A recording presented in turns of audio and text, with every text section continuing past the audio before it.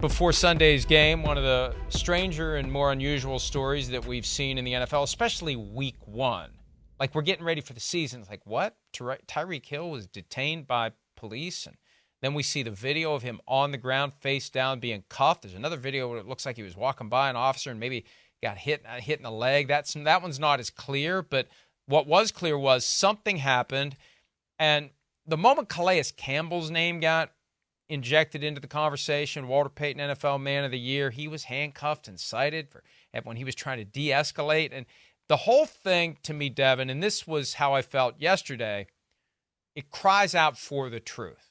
We need to get to the truth. And I don't want to hear body camera wasn't on or there was a malfunction. And I'm just glad we are down this road of getting to the truth, because a lot of times you got one version, you got the other version, and then you got the truth. And I always think of when I see these situations, because my time in New England, we did a lot of work with police and community relationships. And that to me is the biggest thing, is whenever you see these stops, take Tyreek Hill's name out of it, whatever it is, it's what relationship can be built right then and there. There's like some kind of trust on how we're going to operate and cooperate in this system. And what I always do is I have two really close friends who are both in law enforcement. So whenever these things happen, the body cam footage came out, somebody throws it in the group chat and we go at it, and we don't always agree, but we try to figure it out. And one of my buddies who's in law enforcement, the first thing he said was, you can't roll up your window. Like, I don't know what's going on, but if I'm talking to you and you have limo tent all around your car, he was like, there's a fear right away once your window gets rolled up.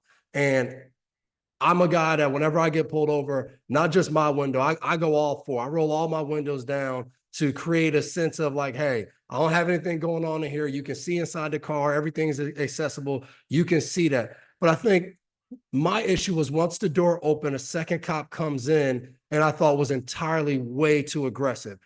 They say, get out. You know, it's escalated to that point. Get out.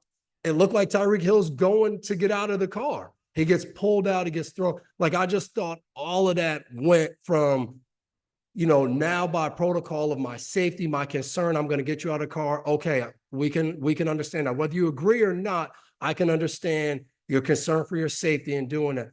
I think it became, the officer got pissed off that Tyreek Hill rolled up his window, that the different things he was doing. I think that second officer was pissed off and was like, we're not going to take that. And I think it has to be about your safety, your concern, and you operate in the way you were trained to do in all of these situations. I don't think you can start to treat people on if you're pissed off or not. I think all of us are in situations where if you're going through something or something happens and someone pisses you off, you would like to react a certain way, but that doesn't make it okay to react that way. And I thought that's where, when you look at the footage of it, was just like this whole thing went to a whole nother level. To me, was by the second cop coming in, being so aggressive. And I thought even when Jonnu Smith and Calais Campbell came to try to help out, I understand, especially Calais Campbell walks up. If I'm an officer, I'm like, hold on. Like, why are you here? You're a large human being.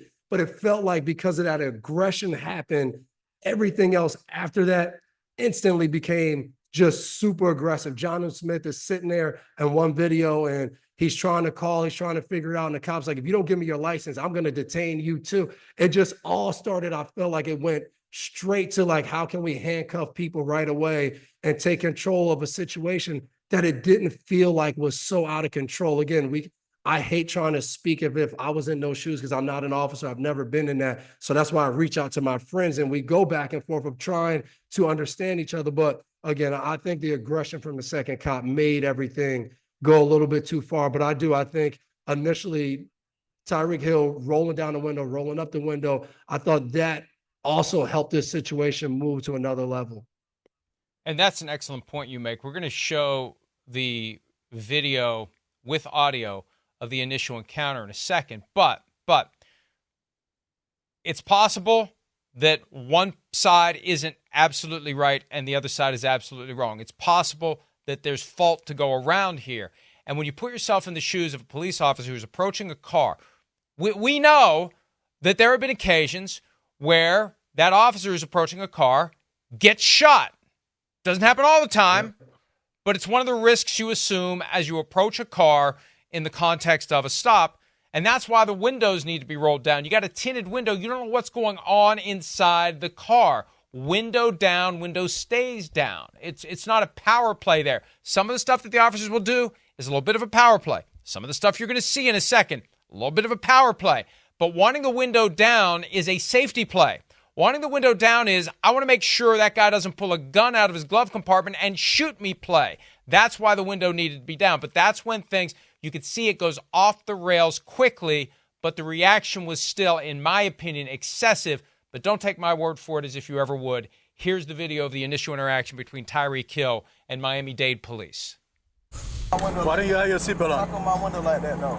Like what? Don't knock on my window like that. Why you have it up? Don't knock on my window like that. Why you have it up? I have to knock to let you know I'm here. Don't knock That on way you my can window. lower it and talk to Just you. get my ticket, bro, so I can go. I'm finna be late, gang. Do what you gotta do.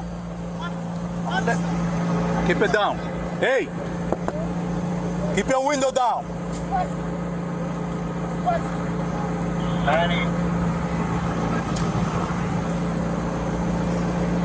Hey! Keep your window down. Don't tell me what. Keep your window down. I'm gonna get you out of the car. As a matter of fact, get out of the car. Give me that. Get out of the car. Give me that. I'm gonna break that freaking window. Get out of the car. I'm finna get out. Get out of the car right now. We're not playing this game. Get out. I'm finna get out. Get out. Get out. Get out. Get out. Get out. Damn. What part of blood are you in this town? Hey, Drew, I'm getting arrested, dude. I'm getting arrested. I'm getting arrested, Drew. I'm getting out, bro. God damn, twin. When we tell you to do something, you do it. You understand? I'm getting out. You understand? Not what you want, but what we tell you. I'm getting You're a little out.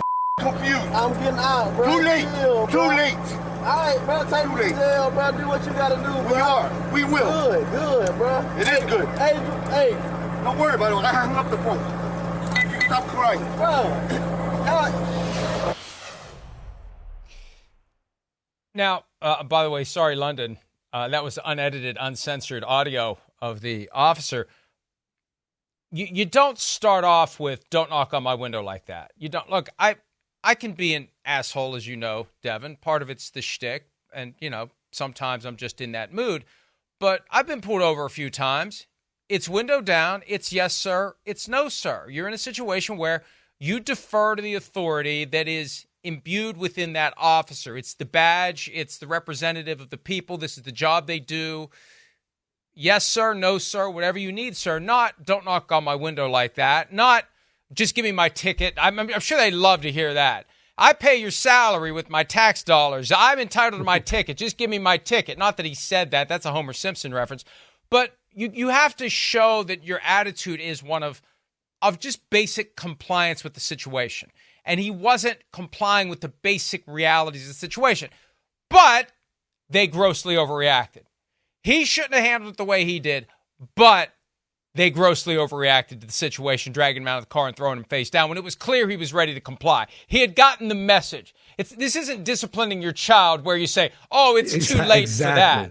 It's too late for that, mister. No, you're going to get your punishment now. We're going to throw you down on the ground and cuff you so you learn how to comply. No, once the guy's ready to comply, that should be good enough.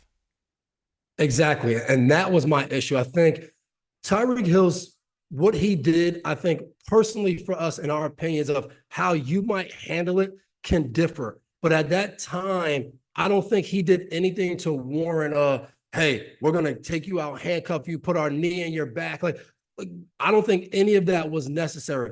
In my opinion of how I handled the situation, it could be better. And I think sometimes we watch these videos, especially as citizens, and we say, well, I would have done that differently, so he got what he deserved. No, not at all. Just because of how he approached the situation and what he thought. He's worried about getting to a game. He's worried about being late. He's saying, give me my ticket. And even in this, it was a seatbelt ticket. So I do wonder, was his window up or down to see that he didn't have a seatbelt on, like trying to figure that out? He did an interview on CNN last night, and he said the reason he rolled his window back up was because he's Tyreek Hill. They're right outside the stadium. People are driving by. He's thinking about people seeing him, which, again, I can understand that.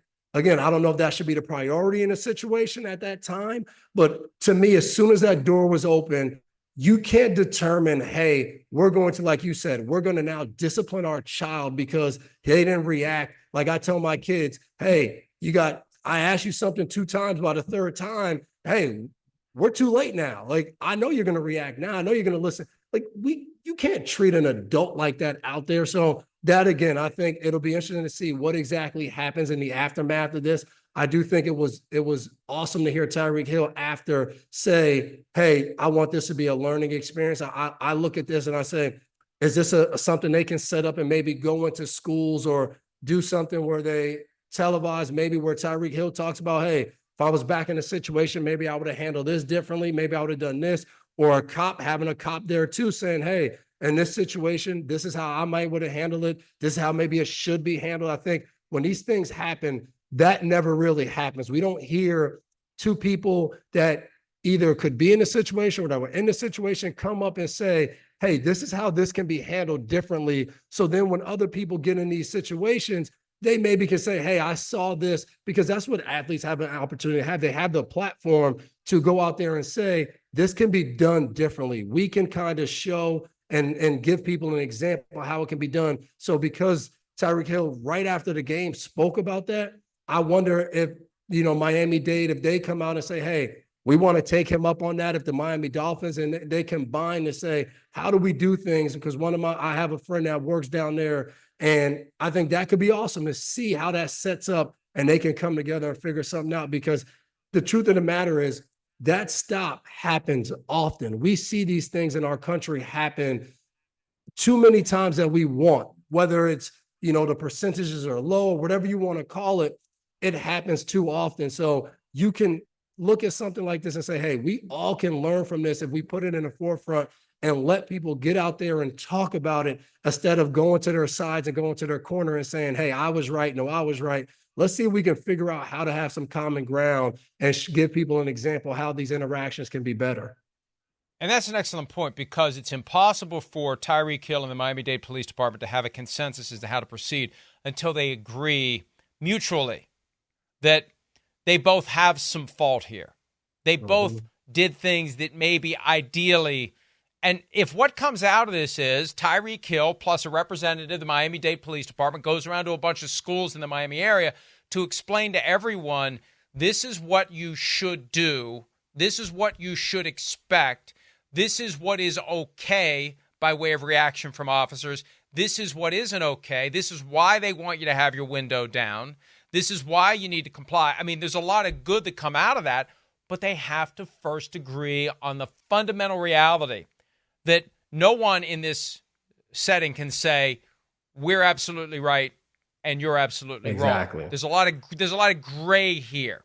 A lot of gray here that everybody needs to own and process and understand, that the goal should be to avoid the gray coming up when somebody gets pulled over. And it was careless driving coupled with the seatbelt. And I don't know what kind of careless driving he could have been engaged in as you're getting close to a football stadium on game day. It's not like you got a lot of open space, but that was the original stop, careless driving. And then they saw that he didn't have the seatbelt on. He was cited for both.